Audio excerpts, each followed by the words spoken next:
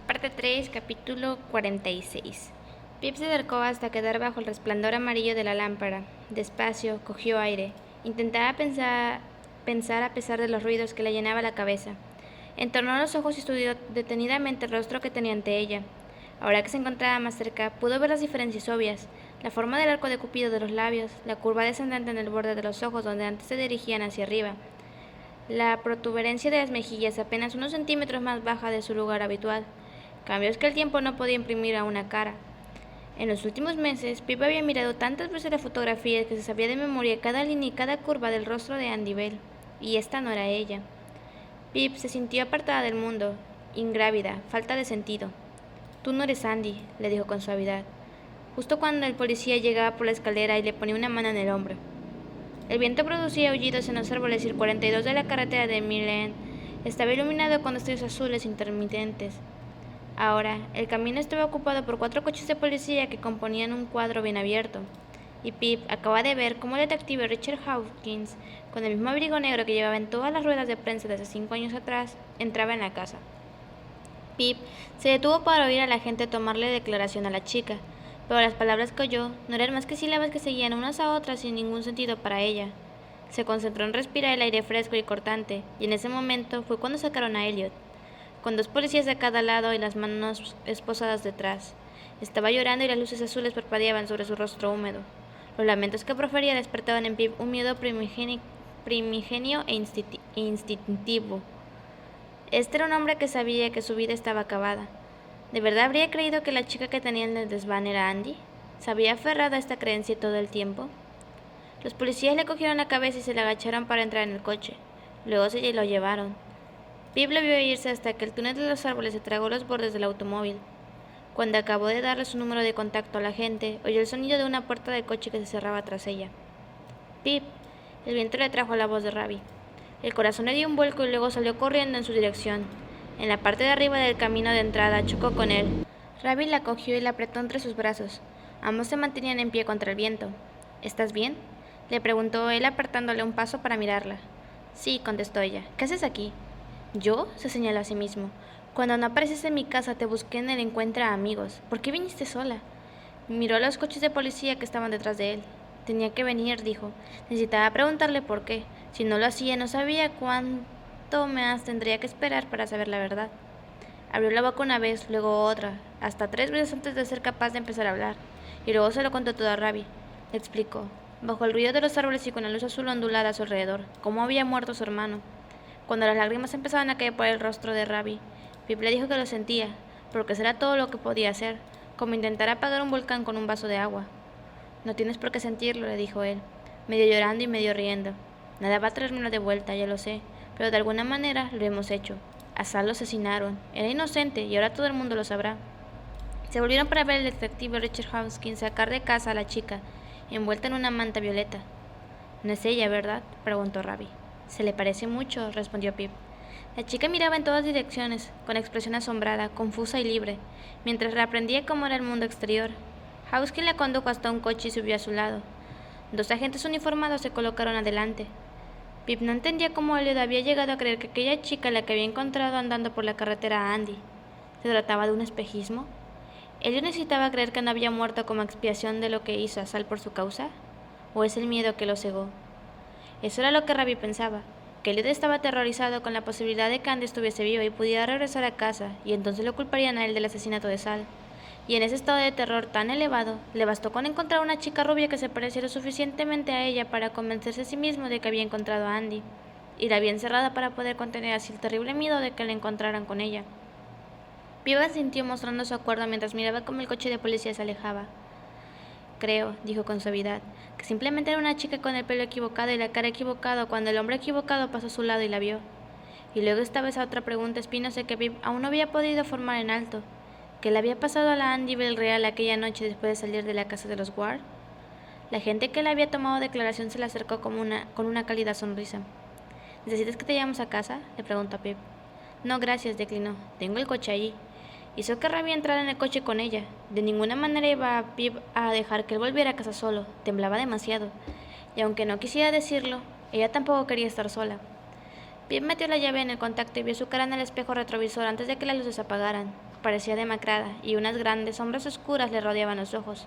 Estaba cansada, indeciblemente exhausta.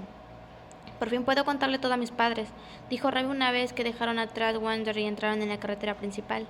No sé ni por dónde empezar. Los faros del coche alumbraban el cartel Bienvenidos a Little Kilton, y las letras se llenaron de sombras cuando pasaron y entraron en la ciudad.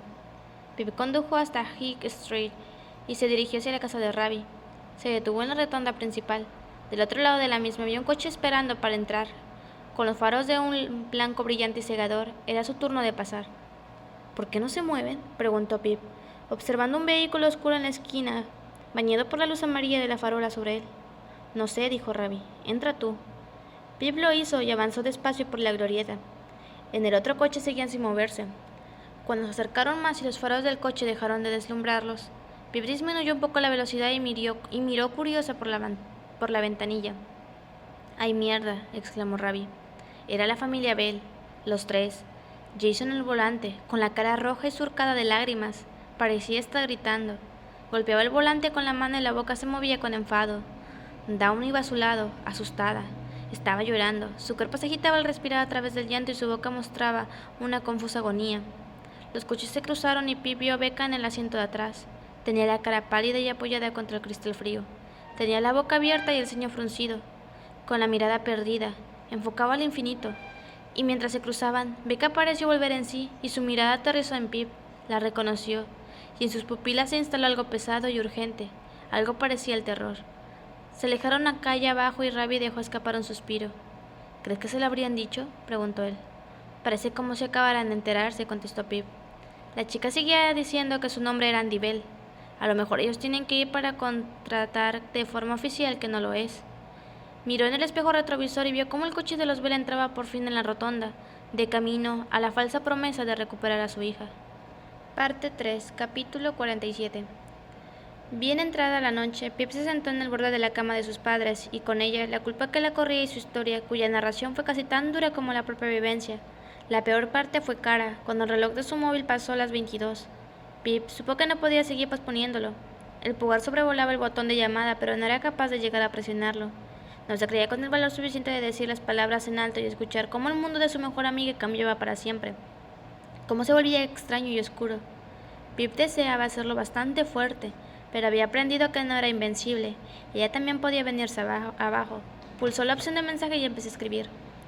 Debería llamarte para contarte esto, pero no creo que consiga completar la narración con tu voz al otro lado de la línea. Ese es el modo cobarde y lo siento muchísimo. Fue tu padre, cara. Él mató a Sal Singh. Tenía secuestrado a una chica que creía que era Andy Bell en vuestra antigua casa de Wander. Lo han detenido. A Naomi no le pasará nada. Te doy mi palabra y la mantengo. Sé por qué lo hice y te lo contaré cuando estés preparada para oírlo. Lo siento muchísimo. Ojalá pudiera salvarte de todo esto. Te quiero. Lo leyó una vez más y lo envió, con las lágrimas cayendo sobre el móvil mientras lo sujetaba con las dos manos. Su madre le hizo el desayuno cuando se despertó por fin a las 2 de la tarde. Por supuesto, ni se planteó que fuera al instituto. No volvieron a hablar de lo ocurrido. No había nada más que decir, aún no. Pero la pregunta sobre la verdadera Andy Bell seguía martillando el cerebro de Pip, como mantenía todavía este último secreto. Pip intentó llamar a Cara 17 veces, pero ninguna tuvo respuesta. Lo mismo ocurrió con el móvil de Naomi. Más tarde, ese mismo día, Leigh condujo hasta casa de los Ward después de recoger a Josh. Cuando volvió, dijo que allí no había nadie en el coche, no estaba. Se habrán ido a la casa de su tía Lila, aventuró Pip, intentando llamar otra vez. Víctor llegó pronto del trabajo. Se sentaron todos en el salón a ver reposiciones de concursos que normalmente causaban una competición entre Pip y su padre por gritar antes la respuesta correcta. Pero esta vez lo vieron en silencio. Intercambiaban miradas furtivas a espaldas de Josh y sentían que el aire que todos los rodeaba estaba cargado de una tensión que gritaba. ¿Y ahora qué? Llamaron a la puerta de la casa y Pip se levantó de un salto para escapar de esa extrañez que llenaba la habitación. Tal como estaba, con una pijama de 1000 colores, abrió la puerta y el aire que entró le enfrió los pies. Era Ravi, plantado delante de sus padres, los espacios entre ellos perfectamente simétricos, como si estuvieran posando para una foto. «Hola, sargentita», le dijo. Sonrió el verso llamativo pijama. «Esta es mi madre, Nisha», le señaló como si fuera el presentador de un concurso. Y la madre, con el oscuro pelo recogido en 2 trenzas sueltas, sonrió a Pip. «Y mi padre, Mohan». Esta sintió y al hacerlo se le hundió la barbilla en el enorme ramo de flores que sujetaba. Con el otro brazo sostenía contra su cuerpo una caja de bombones. Padres, dijo Ravi, esta es la famosa Pip. El educado hola de Pip se mezcló con los saludos de ellos. Bueno, empezó Ravi. Nos llamaron de comisaría, nos sentaron y nos lo contaron todo, lo que nosotros ya sabíamos, y dijeron que daría una rueda de prensa una vez que haya acusado formalmente al señor Ward, en la que se leerá una declaración sobre la inocencia de Sal. Pip oyó las pisadas ligeras de su madre y las atronadoras de su padre acercarse por el pasillo. Ravi hizo de nuevo las presentaciones en honor a Victor Lane. Ya los conocía de hace 15 años, cuando les había vendido la casa. Pues eso, continuó Ravi, que los tres queríamos venir a darte las gracias, Pip. Esto nunca habría pasado de no ser por ti. La verdad es que no sé qué decir, confesó Nisha con los ojos tan parecidos a los de Ravi brillando. Gracias a lo que hiciste tú y Ravi, hemos recuperado a nuestro niño. Nos habéis devuelto a Sal, y no hay palabras que puedan explicar todo lo que esto significa. Esto es para ti, añadió Moan, que se inclinó hacia adelante para darle las flores y los bombones a Pip. Perdona, pero no estábamos muy seguros de que se le debe regalar a alguien que ha ayudado a limpiar el nombre de nuestro hijo muerto. Google tenía muy pocas sugerencias, comentó Ravi. Gracias, dijo Pip. ¿Quieren entrar? Sí, entren, invitó Lane. Pondré a hervir agua para hacer té. Pero cuando Ravi cruzó la puerta, cogió a Pip de un brazo y le envolvió entre los suyos, aplastando las flores entre ellos, riéndose encima de su coronilla.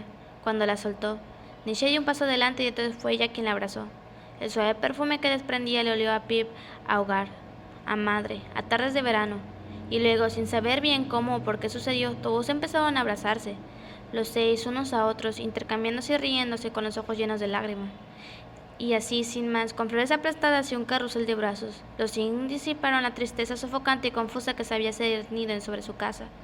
Habían abierto la puerta y dejado que los fantasmas salieran, al menos durante un rato, porque había un final feliz en esta historia. Sal era inocente, y una familia entera por fin se veía libre del tremendo peso que había sobrellevado tantos años. Y cuando la pena y las dudas cayeran sobre ellos, aquella era algo a lo que podía agarrarse. ¿Qué están haciendo?, preguntó Josh con una vocecita confusa. En el salón se sentaron todos alrededor de una merienda que Lane había improvisado. Y bien, comenzó Víctor, ¿van a ver los fuegos artificiales mañana por la noche? Pues la verdad, contestó Nisha mirando a su marido y a su hijo.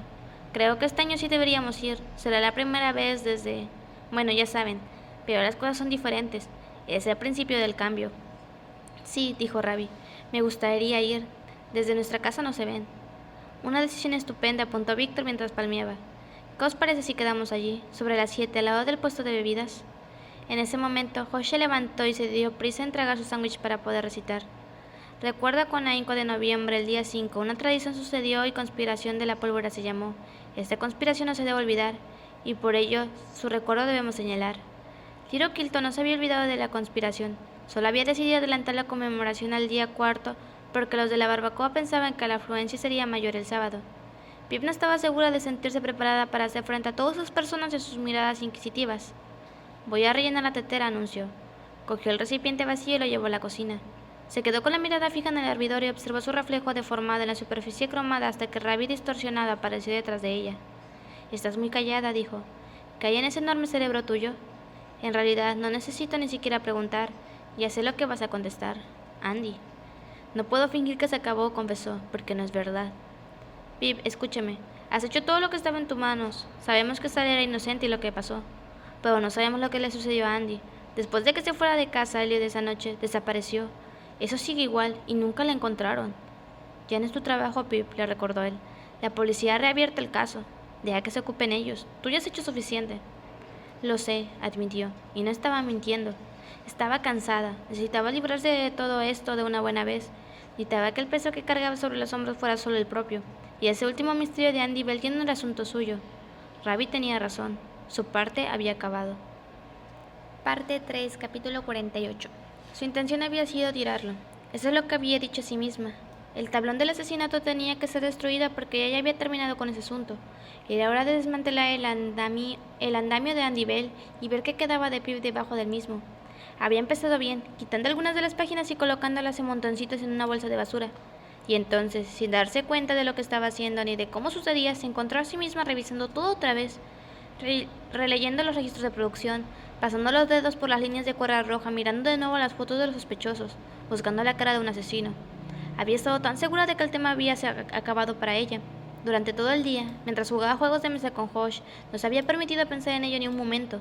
tampoco durante el tiempo que dedicó a volver a ver episodios de comedias americanas, ni al hornear galletas con su madre y meterse los restos de masa cruda en la boca cuando nadie la veía. Pero con medio segundo y una mirada que no había planeado, Andy había encontrado la forma de meterse en su cabeza otra vez. Debería estar vistiéndose para ir a ver los fuegos artificiales, pero se encontraba de rodillas y inclinada sobre el tablón de asesino. Algunas partes sí que se habían ido a la basura. Todas las pistas que la dirigían a Elliot, todo lo que tenía que ver con el Hotel Hibbie House, el número de teléfono en la agenda, el atropello con fuga, la cortada que le arrebataban a Sal, la foto de Andy desnuda que Max había encontrado al fondo del aula y las notas impresas y los mensajes desconocidos. Pero también había cosas que era necesario añadir, porque ahora sabía más sobre los movimientos de Andy la noche en la que desapareció. Cogió una hoja impresa en un mapa de Kilton y empezó a garabatear con un rotulador azul. Andy fue a la casa de los Wards y salió poco después con una herida en la cabeza que podía llegar a ser grave. Pip hizo un círculo alrededor de Hawk Hill. Elliot había dicho que eran sobre las 10, pero debió de despistarse un poco con ese dato, porque no coincide con el que dio Becabel, y el de esta última está ratificado por las cámaras de seguridad. Andy había pasado en coche por Hill Street a las 22:40. Ahí debió de ser cuando se dirigía a casa de los Wards. Pip dibujó una línea de puntos y escribió la hora. Sí, Elliot tenía que haberse confundido, pensó Pip, porque de lo contrario, Andy habría vuelto a casa con una herida en la cabeza antes de salir de nuevo. Y si eso hubiera sido así, Becca le habría contado ese detalle a la policía. Así que la hermana ya no era la última persona que había visto a Andy con vida, ahora era Elliot.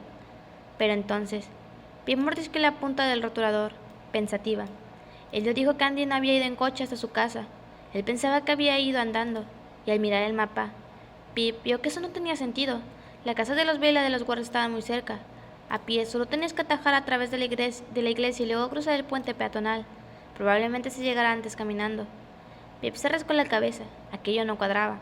Las cámaras de seguridad grababan el coche de Andy, así que ella tuvo que haberlo cogido en algún momento.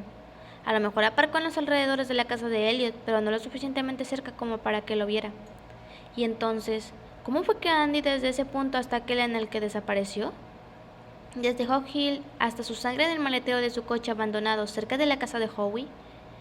Pip dio un par de impacientes golpecitos en la puerta del rotulador en el mapa. Pasó la vista de Howie a Max, y luego a Daniel y a Jason.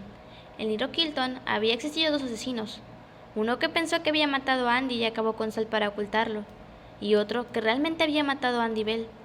¿Cuál de estas caras que la miraban podía ser? Dos asesinos, y sin embargo, solo uno había intentado detener a Pip, lo que significaba que... Espera. Pip se llevó las manos en la cara y cerró los ojos para concentrarse mejor. Los pensamientos aparecían como fogonazos, iban y venían, cambiantes, nuevos y confusos. Y una imagen, la cara de Elliot, justo cuando la policía entró, su cara cuando Pip le dijo que jamás le perdonaría haber matado a Barney. Esa cara se había contraído, pero, rememorando la hora, lo que había en su expresión no era remordimiento, era confusión. Y las palabras que había pronunciado, ahora Pip las sacaba por él. Pip, no sé de qué estás hablando. Yo no maté a Barney. Ella maldijo en voz baja y se fue directa a revolver en la bolsa de basura que yacía en el suelo. Cogió los papeles que había descartado y buscó entre la pila, esparciendo los que no eran relevantes por toda la habitación. Y entonces dio con ellos, la nota de la acampada y la de la taquilla, por una parte, y los mensajes impresos de desconocidos por otra. Eran de dos personas diferentes. Ahora que los miraba bien era obvio. Las diferencias no eran solo en la forma, sino también en el tono.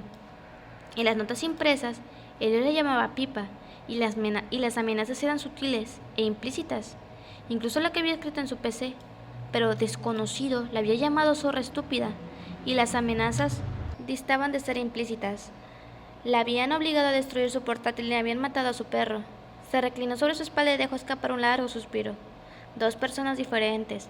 Él no era desconocido y no había matado a Barney. No, eso lo había hecho el verdadero asesino de Andy. Venga, Pip, ya han encendido la hoguera, le gritó su padre desde el piso de abajo. Ella se acercó hasta la puerta de la habitación y la abrió, solo unos centímetros. Id yendo vosotros, os veo allí. ¿Qué? No, ven aquí, Pipsy. Es que quería seguir intentando llamar a Cara, papá. Necesito hablar con ella. No tardaré mucho, por favor, los veo allí.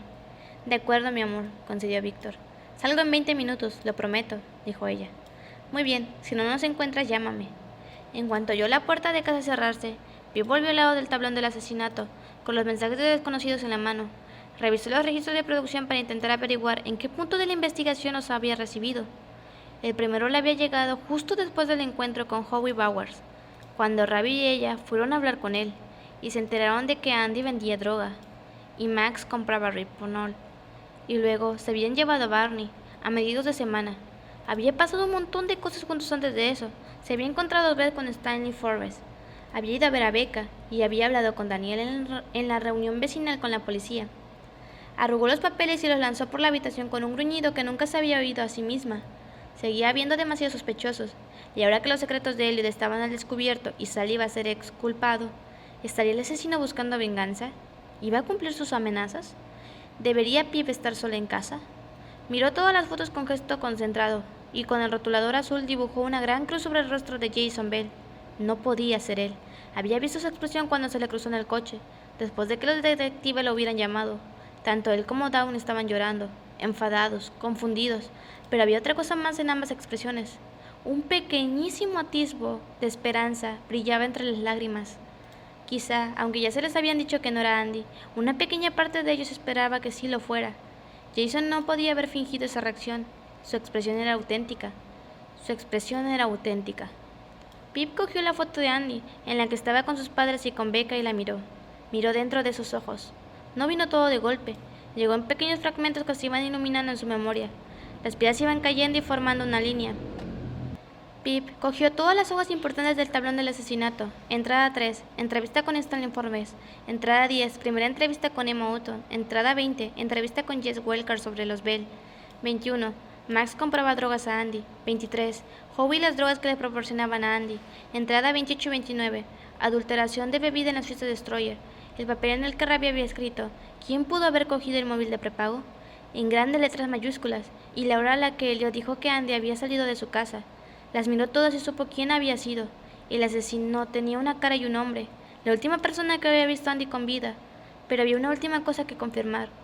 Pip sacó el móvil, fue a sus contactos y marcó el número. ¿Hola? Max, dijo ella, te voy a hacer una pregunta. No me interesa. Mira, te equivocaste conmigo. He oído lo que pasó, que fue el señor Ward. Bien, contestó ella. Entonces sabrás que ahora mismo tengo mucha credibilidad con la policía. Le dije al señor Ward que no menciona el atropello con fuga, pero si no respondes a mi pregunta, ahora mismo los llamo y les cuento todo. Lo dudo. Sí que lo voy a hacer. La vida de Naomi ya está destrozada. No creas que eso me va a seguir deteniendo, dijo ella, marcándose un farol. ¿Qué quieres?, masculló él.